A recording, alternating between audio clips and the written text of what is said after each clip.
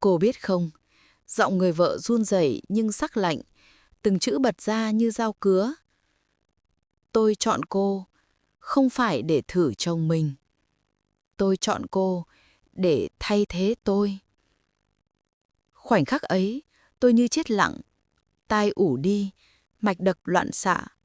Không khí trong căn phòng chật hẹp, bỗng chốc đặc quánh, nghẹt thở. Đôi mắt cô ấy đỏ hoe, nhưng ánh nhìn lại thiên định, xoáy sâu vào tôi như muốn xé toang lớp vỏ phòng thủ mỏng manh mà tôi cố dựng suốt thời gian qua. Tôi há hốc miệng, nhưng cổ họng nghẹn lại, không thể thốt ra bất kỳ lời nào. Toàn thân run lên, tôi cảm nhận rõ tim mình vừa ngừng đập một nhịp, rồi bắn loạn xạ, như muốn xé toang lồng ngực. Câu nói ấy không chỉ là một lời thú nhận, nó giống như một bản án, một sự sắp đặt mà tôi không hề hay biết. Thay thế tôi. Tôi lặp lại trong đầu từng chữ như những nhát búa dội xuống. Thay thế. Tôi là ai mà có thể thay thế? Và quan trọng hơn là tại sao lại là tôi? Bên ngoài, tiếng đồng hồ tích tắc vang lên rõ mồn một. Căn phòng im ắng đến mức tôi nghe thấy tiếng thở dồn dập của chính mình. Còn cô ấy vẫn đứng đó, mảnh mai nhưng kiêu hãnh như một vị quan tòa vừa tuyên xong bản án cuối cùng. Trong một khoảnh khắc ngắn ngủi, tôi thấy tất cả ký ức ùa về. Chiếc vali đẩy tiền đặt trước mặt tôi, tấm ảnh chụp người đàn ông mà tôi được giao nhiệm vụ quyến rũ, những buổi gặp gỡ vụng về ban đầu, và rồi sự thật phũ phàng. Tất cả như một trò chơi mà tôi ngỡ mình nắm luật, nhưng hóa ra, ngay từ đầu, tôi chỉ là một quân cờ. Tôi muốn phản kháng, muốn hét lên, không, tôi không thể, tôi không bao giờ muốn thay thế bất kỳ ai. Nhưng khi nhìn vào đôi mắt ấy, đôi mắt vừa kiêu hãnh, vừa tuyệt vọng, mọi lời lẽ đều tan biến. Tôi chỉ còn lại sự run rẩy, sự kinh hoàng và một nỗi ám ảnh không tên. Người vợ ấy, người phụ nữ tưởng chừng lạnh lùng và tàn nhẫn, giờ lại đứng trước tôi, thốt ra những lời như xé tim. Không còn là sự thử thách, không còn là một màn kịch. Đây là sự thật. Sự thật khiến tôi muốn bỏ chạy, nhưng đồng thời lại kéo chặt tôi vào một vòng xoáy không lối thoát. Và khi giọng nói ấy vang vọng trong đầu, tôi chọn cô để thay thế tôi. Tôi biết, từ giây phút này, cuộc đời mình sẽ không bao giờ còn như trước.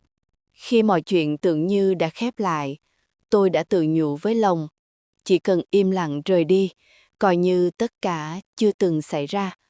Một cuộc chơi nguy hiểm, một ván cược điên rồ, và tôi sẽ trở lại với cuộc sống bình thường. Thế nhưng, số phận đâu dễ buông tha. Chính lúc tôi nghĩ mình đã thoát, một cuộc gọi bất ngờ vang lên. Số điện thoại hiện trên màn hình là của cô ấy. Người phụ nữ từng đặt chiếc vali tiền lạnh lùng trước mặt tôi, từng đặt điều kiện tàn nhẫn, nay lại gọi tôi đến gặp. Tôi đã do dự, tim đập dồn dập, bàn tay rung lên khi cầm điện thoại. Nhưng rồi tôi vẫn bước vào chiếc bầy ấy một lần nữa. Căn phòng hôm đó im phăng phắc, ánh đèn vàng hắt xuống, kéo dài bóng cô ấy trên nền gạch. Không còn vẻ sang trọng kiêu hãnh, cô ấy trông gầy gò, xanh xao, nhưng đôi mắt lại sáng rực, như giấu trong đó một cơn bão. Tôi ngồi xuống, trái tim nặng trĩu. Tôi tưởng cô sẽ trách móc, sẽ buông lời cay độc. Nhưng không, cô nhìn thẳng vào tôi, ánh mắt run rẩy, đôi môi mấp máy, rồi thốt ra những lời khiến tôi chết lặng. Chỉ một khoảnh khắc ngắn ngủi, chỉ vài câu nói ấy thôi, nhưng nó đủ để đẩy cuộc đời tôi rẽ sang một hướng khác, một hướng mà tôi chưa bao giờ tưởng tượng nổi. Cô ấy nhìn tôi, ánh mắt không còn lạnh lùng sắc bén như ngày đầu tiên chúng tôi gặp nhau nữa. Thay vào đó là một nỗi buồn sâu thẳm, như thể trong đôi mắt ấy chứa cả một vực tối không đáy. Giọng cô nghẹn lại, run rẩy nhưng rõ ràng. Cô có bao giờ tự hỏi, tại sao lại là cô không? Tôi chết lặng. Tim đập mạnh đến mức tôi nghe rõ tiếng nó vang trong lồng ngực. Đúng, câu hỏi ấy đã ám ảnh tôi từng đêm. Từ khoảnh khắc chiếc vali tiền được đặt xuống trước mặt tôi. Từ khi bức ảnh người đàn ông ấy xuất hiện trên bàn, tôi luôn tự hỏi, vì sao lại là tôi? Trong hàng ngàn người ngoài kia, trong vô số gương mặt có thể chọn, tại sao cô ấy lại tìm đến tôi? Tôi đâu có gì đặc biệt. Tôi chỉ là một người phụ nữ bình thường, mưu sinh bằng công việc lặng lẽ. Tôi không xinh đẹp đến mức lộng lẫy, không giàu có, cũng chẳng có mối quan hệ gì với gia đình họ. Thế nhưng, ánh mắt của cô ấy lúc này lại khiến tôi rùng mình. Nó không hề giống ánh mắt của một người đang thử thách, mà giống như ánh mắt của kẻ đã nhìn thấu mọi ngóc ngách trong tâm hồn tôi từ lâu. Tôi muốn trả lời, muốn nói rằng, có, tôi đã tự hỏi. Tôi muốn biết lý do, nhưng cổ họng ngạnh cứng, môi tôi khô khốc, bàn tay nắm chặt vào nhau đến mức móng tay in sâu vào da thịt. Phải chăng đây chỉ là sự tình cờ, một sự lựa chọn ngẫu nhiên như rút thăm số phận? Hay tất cả đã được sắp đặt tinh vi từng bước một để tôi không thể thoát ra? Tôi nhìn cô ấy, cố tìm một khe hở, một dấu hiệu. Nhưng không, chỉ có im lặng, chỉ có sự chờ đợi căng thẳng, như thể cô ấy muốn tôi tự tìm ra câu trả lời. Trong đầu tôi lúc đó, hàng loạt giả thuyết lóe lên. Liệu chồng cô ấy đã biết tôi từ trước? Liệu họ đã để mắt đến tôi từ lâu? Hay chính tôi đã vô tình bước vào vòng xoáy mà mình không hề hay biết? Và rồi, một ý nghĩ đáng sợ lướt qua. Nếu tất cả chỉ là một màn kịch lớn hơn, và tôi chẳng qua chỉ là con rối bị giật dây. Tôi nuốt khan, nhìn thẳng vào cô ấy, nhưng trái tim thì đang hoảng loạn. Tôi không biết nên nói gì, không biết nên phản ứng thế nào. Và tôi muốn hỏi bạn, nếu bạn là tôi, ngồi trong căn phòng đó, nghe người vợ thốt ra câu hỏi đầy ẩn ý ấy, bạn sẽ trả lời thế nào? Bạn sẽ dũng cảm đòi một sự thật, hay chọn im lặng, chấp nhận mình là một phần trong trò chơi khốc liệt này? Cô ấy đặt phong bì lên bàn. Tay cô khẽ run, một cái run mà trước đây tôi chưa từng thấy ở cô. Không phải do sự hại, mà là do mệt mỏi tận cùng. Tôi duỗi tay, rút lấy phong bì như kẻ bị thôi miên. Giây phút giấy bóng chạm vào đầu ngón tay, một mùi thuốc sát trùng, mùi bệnh viện như tràn vào không gian, lạnh, khô và có gì đó vô cùng vĩnh viễn. Bên trong là những tờ giấy mỏng, chữ in nghiêm trang. Tôi mở, từng trang một, mắt nhìn chậm, tim đập nặng. Mỗi dòng chẩn đoán như một mũi kim lạnh chọc sâu. Ung thư tiến triển, di căn, tiền lượng xấu, hạn chế thời gian sống. Những con chữ ấy cứ hiện lên, nhảy múa trước mắt tôi trong một chuỗi không hồi kết. Thời gian đột nhiên được đong đếm bằng tháng, bằng tuần, không phải bằng năm, không phải bằng tương lai. Tôi ngẩng lên, ánh đèn vàng trên trần nhà như chói hơn, như muốn phơi bày tất cả những điều tôi cố né tránh. Đôi mắt cô ấy, trước kia sắc lạnh như dao, giờ mờ đi. Nước mắt chảy nhẹ trên khóe mắt, nhưng cô vẫn giữ vẻ bình tĩnh đến mức dọa người. Bình tĩnh nhưng trống rỗng, kiên quyết nhưng đau đớn. Cô thở đều rồi nói, giọng nhỏ nhưng chắc. Anh ấy sẽ sụp đổ, con tôi sẽ mồ côi. Tôi không thể để họ bơ vơ, và vì thế tôi cần một người. Lời ấy rơi xuống như một câu lệnh, nhưng trong tim tôi, nó vang lên như một bản di chúc, sống mà như đã viết trước cái chết. Tôi cảm nhận được chiều sâu của quyết định, không phải hành động bộc phát, không phải trò chơi tàn nhẫn, mà là một tính toán của kẻ sắp mất hết. Một người đang cố gắng bảo đảm tương lai cho hai mảnh đời sẽ hụt hẫng khi một ngày không xa người mẹ rời đi. Nhưng trong lòng tôi vẫn vang một tiếng hỏi, tại sao lại là tôi? Tại sao giữa vô vàn người, giữa hàng trăm gương mặt, cô ấy lại ngã vào tôi? Một người xa lạ, một người làm nghề bình thường, một người có thể rời đi bất cứ lúc nào. Có điều gì cô ấy thấy ở tôi mà chính tôi chưa từng nhận ra? Có phải vì tôi từng khóc khi thấy anh ôm con? Hay vì tôi từng giữ im lặng? Vì nỗi xấu hổ? Vì bản năng muốn chìm vào lời đề nghị kiếm tiền của mình? Câu hỏi như một nút thắt trong ngực tôi. Và khi cô ấy nhìn thẳng, như chờ đợi một câu trả lời, tôi hiểu rằng đây là khoảnh khắc quyết định. Một khoảnh khắc mà mọi hành động sau này sẽ bắt nguồn từ đây. Chấp nhận hay từ chối, ở lại hay bỏ đi. Nhưng trước khi tôi kịp đáp, một suy nghĩ khác len lỏi. Nếu tôi nhận lời, tôi sẽ phải sống với điều gì? Với bí mật, với nỗi tội lỗi, với trách nhiệm của một gia đình không sinh ra từ tôi. Và câu hỏi cuối cùng vang lên, không lời đáp. Nhưng bây giờ, tại sao lại là tôi? Tôi nghẹn giọng, như mọi câu nói chuẩn bị sẵn bỗng chốc bị nuốt trọn vào lồng ngực. Tôi biết không, tôi đã yêu anh ấy thật. Nhưng tôi cảm thấy tội lỗi. Tôi không có quyền chen vào. Lời nói bật ra, yếu ớt, khắc khoải, mang theo cả một rổ tội lỗi mà tôi đã ôm suốt mấy tuần qua. Tôi nhìn thẳng vào cô, mong chờ một chút hối hận, một ánh mắt đánh thức lương tri. Nhưng thay vào đó, người vợ bật cười. Một tiếng cười chua chát, như mùi vị của thuốc đắng. Cô nghĩ tôi không biết sao? Tôi biết rõ từng ánh mắt anh ấy dành cho cô. Tôi biết rõ, trái tim cô đã không còn giữ được khoảng cách nữa. Từng chữ rút sâu vào trái tim tôi như những mảng băng lạnh. Tôi thấy mình trơ trọi, bị soi chiếu, bị đọc vị đến từng hành động nhỏ nhất. Có ai đó đã nhìn thấy những gì tôi cố giấu. Có ai đó đã ghi nhớ những đêm tôi tự dằn vặt, những lần tôi cố né tránh ánh mắt anh. Và đó chính là lý do tôi chọn cô. Tôi chọn một người có thể yêu anh ấy thật sự.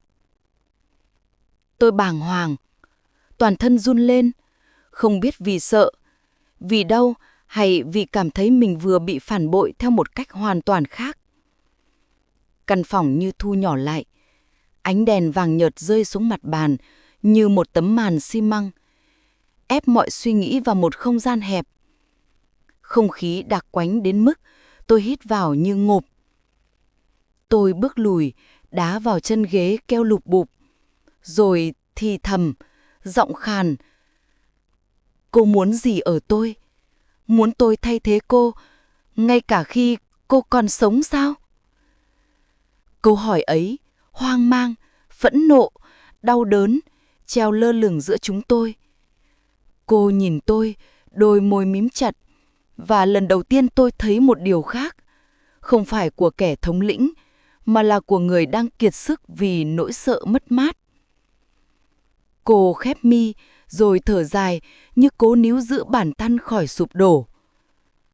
Im lặng, một khoảng im mênh mông. Rồi như thể đã quyết, cô nói, giọng đứt quãng nhưng dứt khoát. Đêm nay, tôi muốn cô gặp một người. Sau cuộc gặp đó, cô sẽ hiểu tất cả. Những từ cuối cùng rơi xuống như một quả bóng ném vào mặt tôi, bất ngờ, lạnh lùng, không cho tôi thời gian để phản ứng. Ai? Người nào? Và tất cả là gì? Tim tôi như bị bóp chặt, một luồng cảm xúc hỗn độn, giận, thương, sợ, tò mò, va đập trong ngực. Mọi giác quan căng lên. Tôi biết ngay từ giây này không còn đường lùi. Một cuộc gặp đêm nay và có thể cả một chuỗi sự thật sẽ bung ra làm vỡ tan mọi ảo tưởng hoặc buộc tôi phải bước qua ranh giới mà trước đây tôi chưa dám chạm tới. Tôi nhìn cô, chờ thêm một dấu hiệu, một lời giải thích. Nhưng chỉ nhận được ánh mắt bình thản và câu hẹn như một mệnh lệnh. Và trong lòng, một câu hỏi duy nhất. Nếu tôi đi, tôi sẽ tìm thấy sự thật hay là lời nguyền? Đêm xuống, thành phố như rũ bỏ lớp mặt nạ rực rỡ. Tôi bước vào quán cà phê vắng, từng tiếng guốc khô trên nền gỗ vang lẻ loi. Góc khuất cuối phòng, bóng đèn lờ mờ, một chiếc bàn nhỏ. Đó là nơi cô bảo tôi đến. Tim tôi như muốn nhảy ra ngoài lồng ngực, mỗi bước chân nặng như xiềng. Người đàn ông ngồi đấy, không phải anh, không phải chồng cô, mà là một gương mặt quen thuộc mà tôi chỉ thấy thoáng qua vài lần khi đến nhà họ. Ông là bạn thân của người vợ, một người đàn ông có nếp nhăn sâu, ánh mắt giàu thương cảm, kiểu người mà người ta tin cậy để giữ những bí mật lớn. Ông cúi đầu, dặm trầm, nhưng có một sự nghiêm trang khiến tôi lập tức hiểu đây không phải một cuộc hẹn bình thường. Ông đặt trên bàn một tập sổ dày cộp, bìa đã mòn, giấy ngả màu. Đây là của cô ấy. Ông nói, đưa tay cho tôi. Cô ấy muốn tôi trao lại cho cô khi mọi thứ đã chín muồi. Giọng ông như mở ra một cánh cửa mà tôi chưa từng nghĩ đến. Tay tôi run rẩy, mở sổ. Mùi giấy cũ, mùi mực in, tất cả như kéo tôi về những ngày tưởng chừng đã qua. Những dòng chữ hiện lên, nét bút đàn bà, uốn lượn, có lúc gãy khúc, có lúc tràn ngập nước mắt. Tôi đọc, ngày tôi biết mình sắp chết. Tôi hoảng loạn. Những đêm dài không ngủ, tôi nghĩ về anh, về con, về căn nhà khi không còn tôi. Tôi nghĩ, ai sẽ dỗ dành con khi nó thức giữa đêm? Ai sẽ nói với anh rằng, dù anh có gục ngã, vẫn còn một tay để kéo anh đứng dậy? Tôi không muốn họ bơ vơ. Tôi không muốn anh sống trong khoảng trống không ai chữa lành. Từng câu, từng chữ như những mũi kim ghim thẳng vào tim tôi. Tôi đọc tiếp, từng trang một. Kế hoạch được vạch ra chi tiết. Từ chiếc vali tiền đặt trước mặt tôi, đến tấm ảnh, đến lời dặn. Không được có tình cảm thật. Không phải vì cô muốn trả thù, không phải vì muốn thử lòng, mà vì một tính toán trầm tĩnh đến lạnh lùng. Tìm một người có thể yêu anh ấy thật và có thể đứng vững khi cô ấy ra đi. Một đoạn khác khiến tôi cứng người. Tôi không muốn chọn một người vì tiền. Tôi muốn một người vì trái tim. Tôi muốn người đó ở lại vì con, vì anh và vì thực sự yêu anh như tôi đã từng. Tôi nghĩ về cô. Cô từng khóc khi nhìn anh ôm con. Cô có một điều gì đó thật trong mắt. Cô không phải hoàn hảo, nhưng cô thật. Tôi nấc nghẹn. Những ký ức vụn vặt. Ánh mắt anh lướt qua tôi. Nụ cười anh dành cho con. Bây giờ mang nghĩa mới. Tôi nhận ra một sự thật ghê rợn. Từ đầu tôi đã không hề tình cờ xuất hiện trong cuộc đời họ. Tôi là một quân cờ trong một kế hoạch được tính toán kỹ lưỡng. Một mưu đồ ẩn dưới lớp vỏ yêu thương và sợ mất mát. Trong khoảnh khắc ấy, quán cà phê như nhòe đi.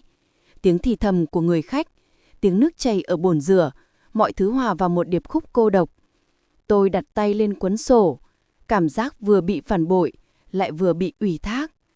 Tôi nghĩ, nếu mọi chuyện đã được chuẩn bị như vậy, thì tình cảm của tôi hay của anh có phải là thật không? Và câu hỏi cuối cùng, lạnh lùng, ùa về. Tôi có thể chấp nhận vai trò này, một vai trò cô ấy đã chọn thay vì mình tự chọn không? Khi tôi về đến nhà, mọi thứ như đổ sập xuống đầu tôi. Căn hộ quen thuộc bỗng trở nên chật hẹp, ngột ngạt đến mức tôi phải vịn tay vào khung cửa để thở. Đèn trong phòng khách vẫn sáng, nhưng ánh sáng ấy chẳng mang lại chút ấm áp nào. Nó chỉ hắt lên những bóng tối dài đằng đẵng như soi chiếu một bi kịch đã không thể cứu vãn. Tiếng khóc của đứa bé vang vọng khắp căn phòng. Tiếng khóc không dỗ nổi, nấc lên từng hồi, khản đặc như xé nát cả không gian. Đứa con nhỏ lao vào cha, bám chặt lấy. Đôi bàn tay bé xíu run run như sợ bị bỏ rơi. Tôi đứng lặng, nhìn cảnh tượng ấy mà tim tôi như vỡ nát thành trăm mảnh vụn. Người đàn ông ấy gục mặt vào vai con. Anh không khóc thành tiếng, nhưng đôi vai run lên không ngừng, từng nhịp nấc dồn nén. Tôi chưa từng thấy anh như thế. Người đàn ông từng mạnh mẽ, kiên định, giờ đây như đứa trẻ bị kéo xuống vực sâu, mất hết chỗ dựa. Tôi cắn chặt môi, nước mắt tràn ra. Cảnh tượng trước mắt là sự thật trần trụi. Một gia đình sắp mất đi người mẹ, một đứa trẻ chuẩn bị mồ côi và một người đàn ông bất lực nhìn cuộc đời rơi vào khoảng trống. Tôi nhận ra Thứ tôi đang cầm trong tay không còn là một câu chuyện tình dụng trộm hay một thử thách mù quáng nữa. Nó đã biến thành một trách nhiệm khổng lồ. Chiếc vali tiền vẫn ở đó, nằm trong góc, im lìm lạnh lẽo. Trước kia nó là cám dỗ, là minh chứng cho một trò chơi đầy mạo hiểm. Nhưng lúc này, nó chẳng còn chút ý nghĩa nào. Với tôi, nó đã hóa thành biểu tượng của một gánh nặng, một di chúc sống, gửi gắm trong tuyệt vọng. Mỗi giọt nước mắt của đứa trẻ kia như một lưỡi dao bén ngọt cắt sâu vào tim tôi. Tôi thấy mình nhỏ bé, bất lực như đứng trước một vực thẳm không đáy. Trong đầu, một câu hỏi lặp đi lặp lại, dồn dập như tiếng trống dần nén trong lồng ngực. Mình có đủ sức để gánh lấy hay không? Nếu bước vào, tôi sẽ không còn là người đứng ngoài. Tôi sẽ trở thành kẻ thay thế, gánh lấy cả một cuộc đời đang dở dang. Nhưng nếu quay lưng, liệu tôi có sống nổi với sự ám ảnh này? Với ánh mắt đẫm nước của đứa trẻ kia, với đôi vai gục ngã của người đàn ông ấy? Tôi đứng lặng, không gian tĩnh lại, chỉ còn tiếng nấc của đứa trẻ. Và trong tôi, một nỗi sợ len lỏi. Sự lựa chọn này không chỉ thay đổi cuộc đời họ, mà còn thay đổi cả chính tôi. Mãi mãi. Tôi không kìm được nữa, tim như bị ai bóp nghẹt, mọi suy nghĩ vỡ toang thành một khối cảm xúc hỗn độn. Tôi lao tới, bước chân dồn dập như muốn xé tan không gian yên ắng đó, miệng hét lên, giọng chát như muốn vỡ ra. Tại sao lại bắt tôi gánh? Tại sao cô không chọn ai khác? Tại sao lại ép tôi vào cái vai mà tôi không muốn? Từ bên ngoài vào trong, từng tiếng của tôi đập vào tường, vang lại như một lời cáo buộc. Tôi nhìn thẳng vào cô, người phụ nữ đã đặt chiếc vali lên bàn. Người phụ nữ đã gửi cho tôi tấm ảnh và một bản đề nghị làm thay đổi đời tôi. Trên mặt cô không còn nét lãnh đạm ngày trước, có điều gì đó khác, mệt mỏi, trùng xuống, nhưng vẫn đầy quyết tâm. Cô ấy nhìn tôi bình thản, đôi mắt thấm mệt nhưng không rời khỏi tôi, như thể đã chờ đợi khoảnh khắc này từ lâu. Giọng cô thản nhiên, nhẹ, nhưng từng chữ đều nặng như sắt. Vì chỉ có cô mới đủ thật. Những người khác, họ đến vì tiền. Còn cô đã khóc vì anh ấy. Tôi thấy hết. Tôi như bị tạt nước lạnh. Khóc vì anh ấy. Câu nói ấy vang mạnh hơn bất kỳ lời vu cáo nào.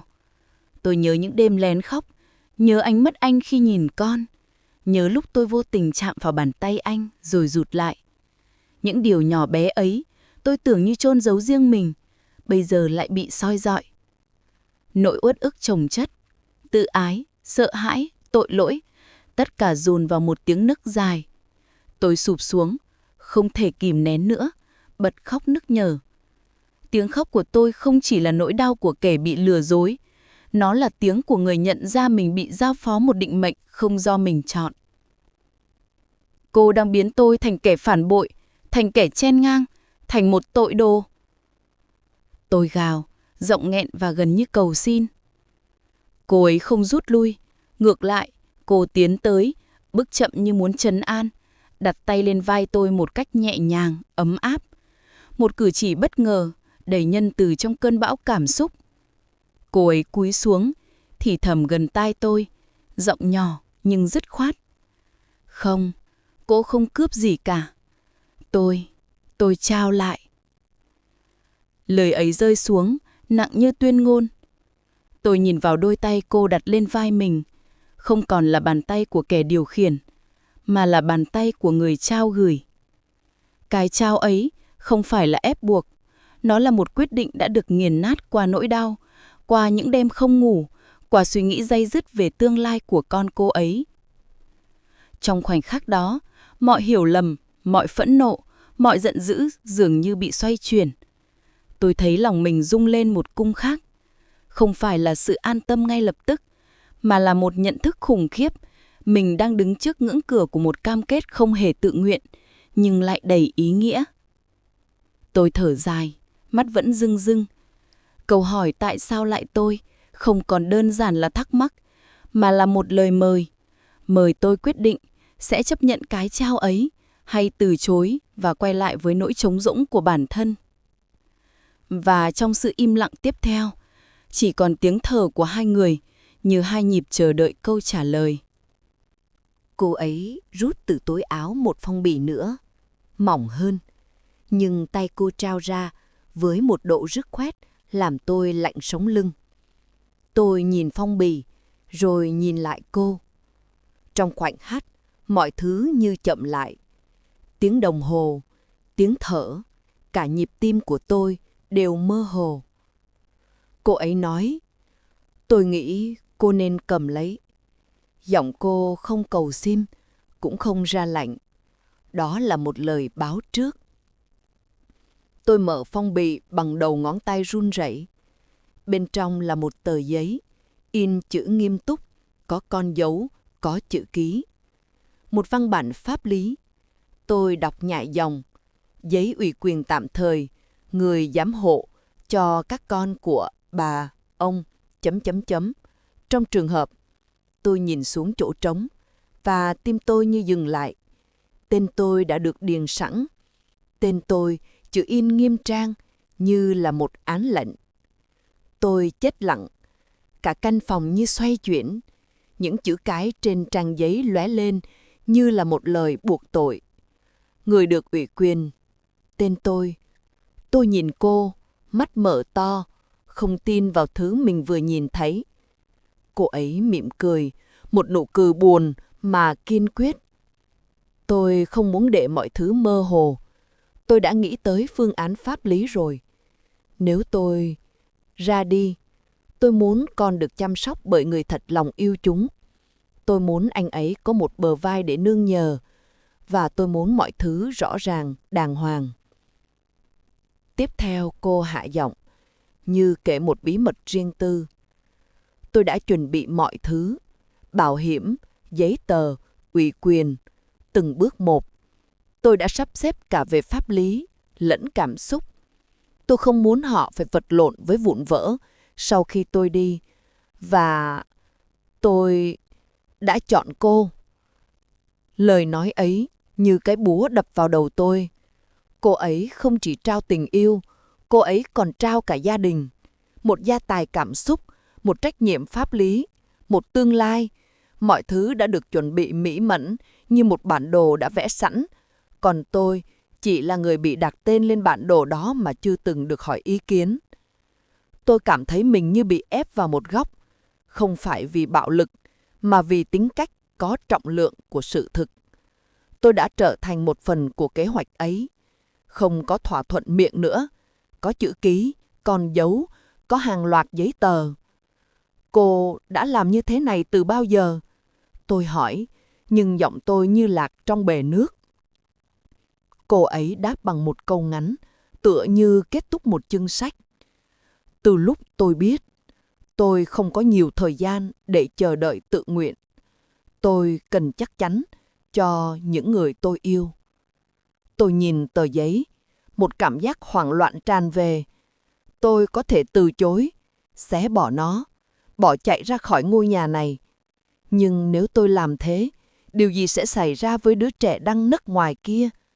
Nếu tôi rời đi, liệu người đàn ông ấy có đứng dậy được không? Liệu con có bị bỏ rơi trong khoảng trống mà cô ấy vừa dùng cả cuộc đời để lấp đầy không? Tôi đặt lại phong bì trên bàn, tay vẫn run. Trong đầu là hàng trăm câu hỏi, trong tim là một quyết định chưa chín. Tôi đã bị đẩy vào một cuộc chơi lớn hơn mình tưởng. Và biết đâu, quyết định ngay bây giờ sẽ không chỉ thay đổi đời tôi, mà còn quyết định số phận của hai đứa trẻ nhỏ. Tôi nuốt khan, nhìn thẳng vào cô. Câu hỏi cuối cùng trồi lên như một mũi dao lạnh. Nếu tôi nhận tờ giấy này, tôi sẽ bị ràng buộc bằng tình yêu hay là bởi trách nhiệm? Đêm đó, tôi ngồi một mình. Căn phòng im lặng một cách khắc nghiệt. Chỉ có tiếng đồng hồ tích tắc, đều đều như đếm ngược. Trên bàn trước mặt là tờ giấy ủy quyền. Mép giấy còn ngửi thấy mùi mực in. Bên cạnh nó, tấm ảnh gia đình. Nụ cười anh, gương mặt con, ánh mắt dịu dàng của người vợ. Nằm đó, nhìn tôi như chờ một câu trả lời. Tôi cầm tờ giấy lên. cảm nhận trọng lượng của chữ ký như một vật nặng đè lên lòng tôi. Tôi tự hỏi, tôi có quyền lựa chọn không? Có phải tôi đang đứng trước một cánh cửa mà người khác đã đóng vài then rồi đặt chìa khóa vào tay tôi? Nếu tôi rời đi, liệu tôi có giữ được thanh thản không? Liệu đêm dài của tôi có bớt ngột ngạt hơn không? Cả một chuỗi hình ảnh ùa về mạnh hơn bao giờ hết. Đứa trẻ ôm chặt chân cha muộn màng, đôi tay nhỏ run rẩy tìm kiếm. Người đàn ông đó thảng hoặc bật khóc khi nhìn ảnh vợ. Người phụ nữ đã đặt vali tiền, ánh mắt không còn sắc lạnh, mà là một thứ ánh sáng buồn bã, đầy hy sinh. Tôi thấy rõ từng khoảnh khắc, từng hơi thở của họ như khắc lên tim mình. Tôi nhớ lần đầu tiên nhìn thấy anh bé con, ánh mắt anh sáng lên, có thứ gì rất thật trong đó. Tôi nhớ lần anh khóa cửa, ngồi im, cầm điện thoại mà không dám gọi cho ai. Tôi nhớ nụ cười nghẹn của cô ấy khi nói, tôi chọn cô. Một câu nói có thể phá vỡ hoặc cứu rỗi. Tôi băn khoăn, lạc lõng giữa hai cực, tự do cho bản thân hay trách nhiệm cho một gia đình. Tôi nghĩ đến tương lai. Không phải một ngày, không phải một tháng, mà là cả một hành trình dài. Ở lại nghĩa là chấp nhận những buổi tối trống rỗng, những ngày bận rộn với con trẻ, những lúc bị soi xét, dè bỉu, là sống với bóng ma của người đã khuất, là gánh một tình yêu khởi đầu từ nỗi đau. Rời đi lại là sống trong tiếng xấu, là mang theo ám ảnh. Mình đã bỏ họ lại như thế sao? Tôi nhìn tấm ảnh thêm lần nữa. Bàn tay tôi run, nhưng quyết định như một luồng sáng lạnh lóe lên trong đầu tôi. Không phải vì hợp đồng, không phải vì giấy tờ, mà vì chính những con người bé nhỏ đang cần một bờ vai. Tôi nghĩ đến đứa trẻ, về ánh mắt tìm kiếm, về ngôi nhà có tiếng cười có thể trở lại nếu có người kiên trì ở lại. Cuối cùng, tôi gập tờ giấy lại.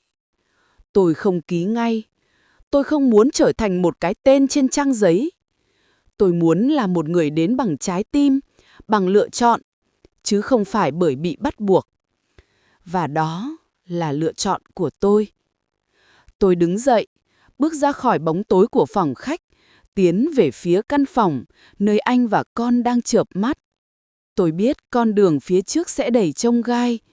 Tôi biết mình sẽ phải chiến đấu với định kiến, với nỗi tội lỗi, với quá khứ của những trái tim đã mất.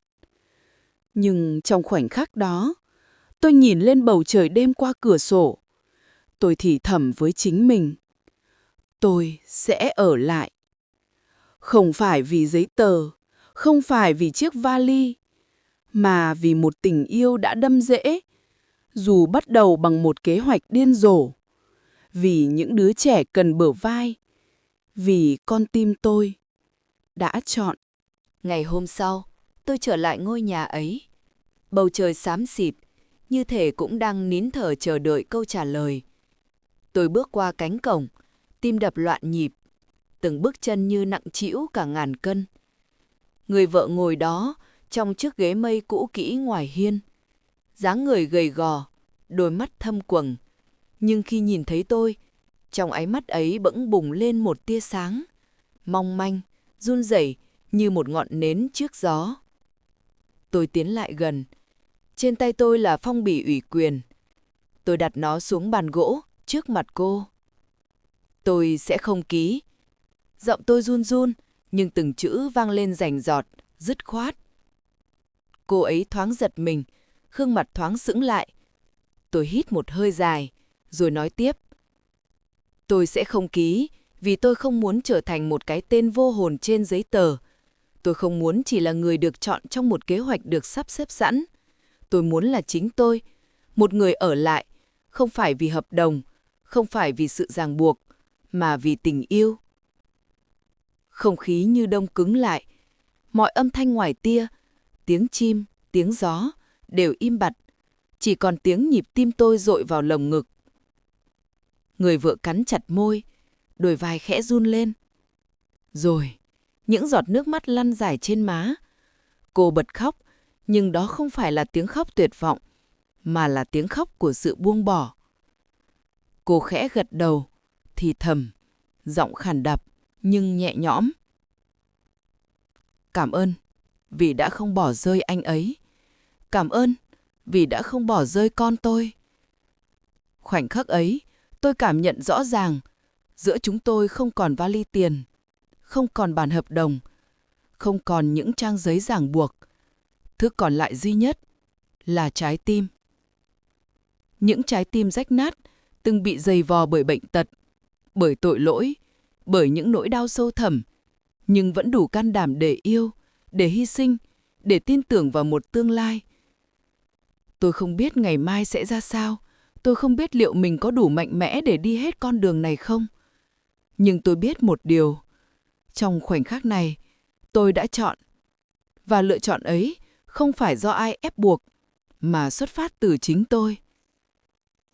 Tôi ngẩng lên, nhìn sâu vào đôi mắt người vợ đang lấp lánh trong nước mắt. Tôi thấy trong đó không chỉ là nỗi đau, mà còn là sự tin tưởng, là lời gửi gắm cuối cùng. Và tôi biết, đó chính là phần thưởng. Không phải là tiền bạc, không phải là giấy tờ, mà là được bước vào một câu chuyện, một gia đình, một tình yêu bằng tất cả sự thật của trái tim mình. Trong khoảnh khắc ấy, tôi khẽ thì thầm, như nói với cô, như nói với chính mình.